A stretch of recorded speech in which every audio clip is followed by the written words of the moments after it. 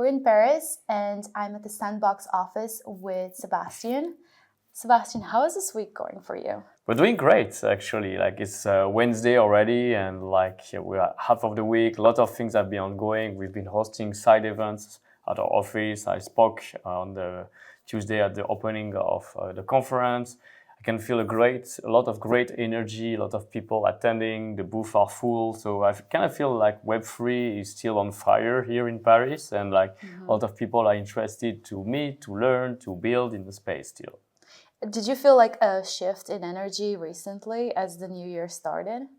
I think it's undeniable that the rise of the crypto prices and the rise of everything around the meme coins and all the meme coins culture is giving a new boost to adoption of cryptocurrencies. There's a greater number of our projects that are able to complete fundraise. We have been hosting ourselves an event around matchmaking, like VCs and entrepreneur. Were pitching on stage for 5 minutes, and VC were after meeting them and asking questions. So there is appetite. There is a lot of projects that have been surviving the bear market with more mature product, more adoption, and are more lean. So overall, very confident on what we are seeing right now. And you travel a lot to all these conferences, and when you come back here to Paris, do you feel like Paris is very vibrant in the Web3 scene? Yes, I still feel like Paris is one of the main Web3 hub, specifically around culture. First, we've seen that about 2 months ago with NFT Paris conference. And it's again true with Paris Blockchain Week. It's definitely a conference that brings a lot of the Web2 actors, corporate sector, and a lot of the solution building in the space, in infrastructure, blockchain, DeFi as well, and of course gaming and Metaverse. Coming back from Asia, I also believe Hong Kong is a very active hub for Web3, specifically since they adopted a more friendly framework for entrepreneur and retail investors to adopt cryptocurrencies and to play with the blockchain technology, actually. And it's good to see 2 parts of the world which are very vibrant and where both Sandbox is present. Yeah, and Metaverse had a slow moment in the past year or so. Do you think it's going to pick up this year with the adoption of things like Apple Vision Pro that bring back this need, or not need, but maybe love for being more online, but in a different dynamic? How do you see the impact of that? So, believe it or not, but no, there was no slow moment for Metaverse. There was not. I think it's more like media shifted a little bit the narrative and their attention toward new hype topic around AI, obviously, and blockchain, Web3, and Metaverse were lesser hype. Also, there's been all the FTX story and so on, which kind of tarnish the image. So, but that doesn't mean project like Sandbox didn't keep growing, keep building, keep assigning new partners, and so on. And that's what actually happened last year. Sandbox, we held our largest creator day ever in October in Hong Kong. We brought 1,000 people from our ecosystem. We made major announcements, we opened publishing for everyone. We opened the marketplace later on for everyone in December. We released a major update of our creation tools, and we continue doing so on a quarterly basis. And just a few months later, now we passed the 1,000 experiences live on the map made by creators. We passed the 5.7 million users with an account, a wallet account in Web3. So keep growing from 5 to 5.7, 15% in 6 months. So all of those metrics are really showing us with a platform that has great content, great product and technology, and a growing ecosystem of actors that we've helped to develop in almost 10 regions of the world, in Asia, in Korea, in Japan, in Thailand, in Hong Kong, in Turkey, in Singapore, in Saudi Arabia, in Dubai. That's been very exciting. And we just continue to see the effect, even if the press or the media doesn't talk every day about Metaverse as the next hype thing. It's kind of is there. It's a trend that is there. It will probably take 5 to 10 years to be massively adopted to the point of like 100 million, a billion users will be definitely in the metaverse. But it doesn't stop in the meantime its own path. It's like if nobody talks every day about internet as a major evolution, a major revolution. It's just there. We use it. People are interacting with it. Sandbox, a lot of people are entering as creators. So we had over 330,000 unique creators over the last 12 months, downloading our game maker and using it. We had over 62,000 unique avatars, those little characters you can see here that's been adopted and used by users as their digital identity to start exploring the content made by us. We had major new brands entering, from Notorious Big, Warner Music, Elvis Presley, Hellboy, Lionsgate, etc. that came to Sandbox. And we have a great pipeline for 2024-25, going to beta, releasing over 100 brands on our map, launching in season 4. I think everyone is looking forward to it. It's a cool thing coming up that we'll keep building toward our main goal to empower creators. Well, what's on for season 4? So, well, it's I don't want to spoil too much, but we will bring a great mixture of like user-generated content on one side with the top experiences by the community and new brands that we'll be announcing on the other side. A major release of our creation tool, the Game Maker. It is a no-code tool that keeps adding like much faster loading time, better 3C, so the way like the character is controlled and the action that the character can do as your avatar. Great new features that relates to like multiplayer gameplay, social interaction, following your friends, chatting, using emoji, using emotes, etc. Yeah, and like for people that are watching and they want to play around with it, like how has the technology evolved since last year? I think, well, if anyone has played Sandbox 2 years, 1 year ago even, like I say, oh, is that this, the metaverse? Like, it doesn't look that great, not a lot of things, a bit repetitive maybe. I think like if they join Sandbox today, they might have a totally different opinion of it. Like much more colorful, much better graphics, a lot of diverse gameplays from like platforming, shooting, tower defense, racing game, parkour game, platforming game, treasure hunt, narrative game, of course. All of that single player or multiplayer makes a big difference already. The fact that also like you have a lot of content to explore is also a big difference. Before, like you had an event, and once you've done on that event, there was nothing else open to show. Now you have over 1,000 experiences live to choose from. So there's always something more to keep doing, to collect rewards, to complete quests, to earn sand as you participate. And you meet also a greater variety of characters, since we have 19 collection of official NFTs and 50 that we imported through interoperability from the most popular NFT collections as well. So yeah, overall it feels like this is like a theme park that's progressively building up and have more things to see and more people in it. And for the metaverse this year, what can we expect in terms of trends? Or do you think something will pick up? Well, I think all the different trends. So first, like the notion of digital identity and the avatar that we use as a digital identity that represent the community we belong to, how we look and feel in the metaverse, will keep improving with like how like our actions in the gameplay can actually affect our avatar, so our reputation, our stats, how we can evolve that avatar eventually to transform it progressively. So that can be a very interesting feature that we're adding. I feel like the overall product experience is important, like the fact that you have a social hub, you arrive, and then you can really travel much faster between each experience. In a matter of seconds instead of minutes before will make a big difference.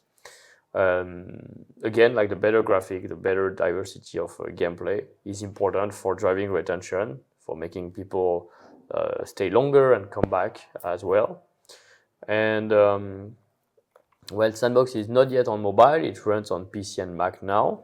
It will evolve. So beta is coming this year. In 2025, we might have like the version 1.0 with mobile version and like a greater opening, which I Okay. think will start to also change. Really, the big difference this year is the even higher focus on like being creator driven, not only from the creation tool perspective, but also this whole idea that we call the build to earn. Like people enter into Sandbox and into Metaverse first as creators, and then from being creators, they discover all the other possibilities as players, explorers, and so on. So the gameplay at the beginning is creating, using the game maker to make your own game, publish it on your land, and this idea of building together is very important. We are part of this new social layer on a map. We contribute a little bit like when in Minecraft players came together to Yeah, I build was like thinking of that. Denmark or the Library of Washington and so on. There is this idea as well, like we're all contributing to like a greater mission and goal, building the metaverse, using those tools with with more templates available, with the rule system, so it's still no code, and being even incentivized, driven by brands themselves, which are launching game jams. So game jams are like time-limited video game competition where, I don't know, in 1 month you can create a game on a certain thematic. Let's create a game about like Care Bears. Right now it's actually let's create a cooking game with Gordon Ramsay and Hell's Kitchen.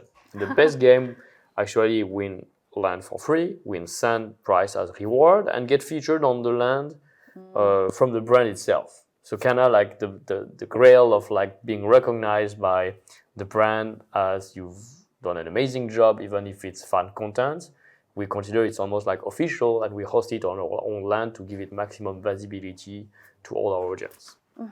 It's obviously like an amazing opportunity for brands to get exposure and to be like natively incorporated into these projects. I think it's a whole win-win-win situation. Like it's a win for the brand that access to hundreds of user-generated content for free at no cost, except like just some time to review and pick the winners. It's a great win for the audience, the users and the creator who are like for the first time being recognized, their time and contribution is being valued. There's the social recognition, the fame, and the financial retribution for their work, participating. Plus, also I love to talk about like learn to earn, like they basically acquire a set of new skills like iterative thinking, creative design, solving problems in 3D spatial environments as they interact with all those concepts and tools. And for us as a platform, because it really positions the Sandbox as a unique metaverse, which like is really creator and creator driven and focus on the creator economy first and leverage its existing brands to partner with our community of creators to work together. It's a very fun environment to play when you can create and then play with what you created. Yes, I think so, totally. As the technology evolves, how do you see the metaverse dynamic evolving with it?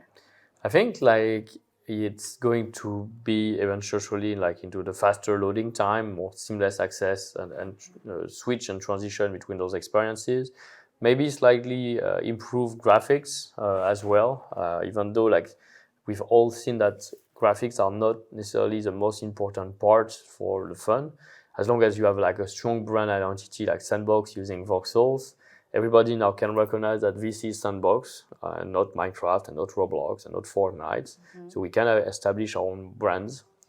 And multiplayer, I think like the next big step is to show like how we can have roughly 50 to 100 users interact with an avatar very fast and like with low latency among each other to do more than just like avatar walking around in the scene is super easy, but avatars interacting with collision, with moving platform, with action that affect each other with collision, it's very demanding in terms of bandwidth and CPU, and that's where like the actual current technological barrier are. And for brands, what does that mean in terms of I think for brands, they all are looking at like how do we capture attention from audiences. Like they're all in an economy of attention, and like attention is the most valuable currency today.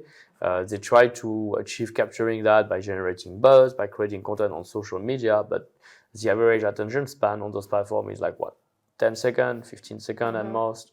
And even if they manage to capture that attention, someone watching full content entirely, like they don't own the contact, the link to that person, that profile. Like the user data is on the platform, social media. The platform do not give you the identifiers, login, email of the user who watch your content or like your content. So you cannot readdress them, re-engage them, send them an email, send them a message, send them an offer, an action, something that allows you to create and continue having the link that you've started to establish, unless you pay the platform. So you're contributing to pay those platforms.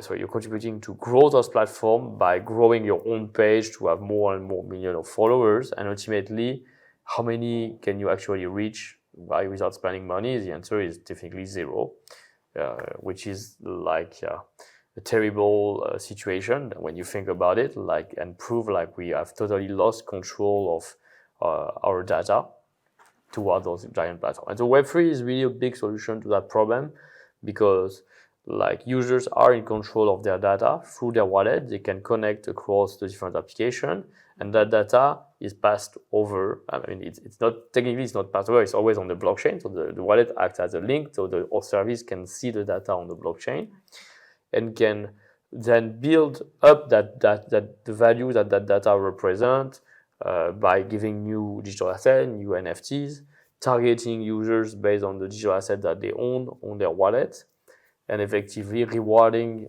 progressively the users that they are contributing to the platform, because they can see who contributes the more, and they can drive more distribution of token, airdrop, and rewards to them. So a much more healthy creator economy and virtuous circle between creators, users, and platform. Do you see that super apps would evolve into these metaverses? Is that the vision, like merging social, shopping, gaming all in one place where we interact together? I think we've seen that model through certain applications like Kakao, Line, to some extent, WhatsApp or Messenger before. I've tried to be like that single portal and all the services, all my information. So far, none of them has really survived. Like Yahoo didn't survive. Afterwards, people like the internet more for the social content or for consuming the photo, the music, the video first on YouTube, Spotify. And we tend to like having a plethora of choices for services, forums, place we go, rather than everything concentrated in one place. However, the pain point that exists right now is like we have as many fragmented identity as there are services available to connect with. So our user data, the content we produce on those different services and platforms, is really scattered around and doesn't belong to us. So we are not building an online digital identity, an online reputation, that if I'm helping on a forum and contributing here, maybe I could benefit from that, from proving all of my contribution and score as moderator or super contributor to the forum toward other services, because the two cannot see what you've done on each other. In Web3, we will be able to build up online reputation. We can see if you're a creator on the Metaverse and that your experience is popular, and we could decide that this is exactly the kind of profile that another decentralized application is looking for, and grant you various benefits, for example. That really opens new use cases and the possibility to reward users based on what they do or the community they belong to through the digital asset they own. And as someone creates on Sandbox, they get rewarded, correct? Yes, absolutely. The idea is like being a creator in Sandbox should be an activity that progressively will become lucrative. Right now, we have this Builder Challenge program that's ongoing for 10 weeks, and we offer 1.5 million Sand as reward for the past across those 10 weeks to the creators who publish on their land and experience and contribute to traffic, to growing more and more the platform by driving new users. So in a way, they are really rewarded back from like based on the pro rata of like the activity and new users they generate, which is the most fair way to actually reward people who contribute to grow a platform or a network. Yeah, how can they How do they apply? It's automatic. Like right now, anyone can download for free the game maker, start creating, follow the tutorial, use a template, and then they can publish an experience on their lands. And if and then start driving traffic through other acquisition channel in Web 2 or in Web 3. And all those users new users entering Sandbox who are joining will be counted toward, and we'll do like a pro rata formula to analyze and distribute the rewards proportionally. What is exciting for Sandbox this year? What's coming up? Well, a lot of exciting things, obviously. So we, as I was mentioning, like Sandbox is going to come out in beta this year. There will be major product updates. Once again, we're trying to make them on a quarterly basis. New version of the Sandbox will include a launcher. Will reduce by 3 the loading time. So we expect like a major boost based on that of like how much time people spend, stay on in overall, how many experience they hop on and off, thanks to that. The season 4 is going to be a long awaited moment by a lot of users, and it should be exciting. And we'll keep releasing, so we'll release a DAO of Sandbox as well. So the DAO, I think, will be a great moment for the community to start expressing what they want to do or to grow the Sandbox ecosystem or contribute to the Sand ecosystem, which could be actually are two very distinct things. And we'll continue delivering features, content, and growing this ecosystem by being present in new regions of the world, like Vietnam, like Saudi Arabia. We're starting to explore certain countries in Africa as well, which will really make Sandbox one of the first truly global and decentralized virtual world out there. And for the mobile app, how is it going to differ from the main? So I think like the mobile app, all the user experience has to be optimized for great control, fast loading time, and no creation mode a priori. So only like navigating through experience with this avatar in most likely in landscape mode, not portrait. And you can join from anywhere at any point of time directly into your land. Maybe you can join the land, the instance where your friends are actually based on your land. Let's see, like it's still building, but we feel like it should be a really efficient tool that complements your journey in the metaverse. Amazing. Sebastian, thank you so much. Thank you. It was short. I hope I covered all the topic and question you looked for, and like hopefully I see you soon in the metaverse then.